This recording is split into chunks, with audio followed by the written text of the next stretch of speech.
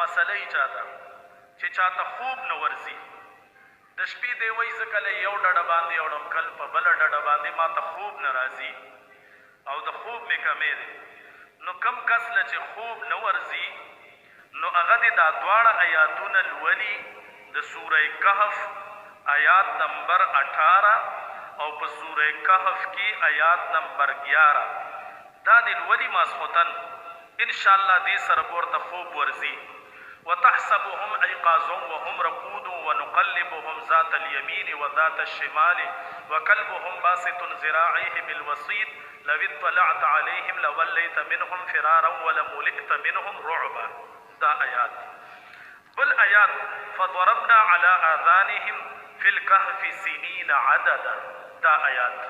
چې چاله خوب نه ورځي دا دواړه آیاتونه د ماسخوتن لولي انشاءالله دا عمل دی کوي او که بل چاله خوب نه ورځي هغه له خپله دا آیاتونه نه ورځي نو د بل چا دپاره هم ویلی شئ او انشاءالله په هغه باندې چوف کوي خوب به ورله ورځي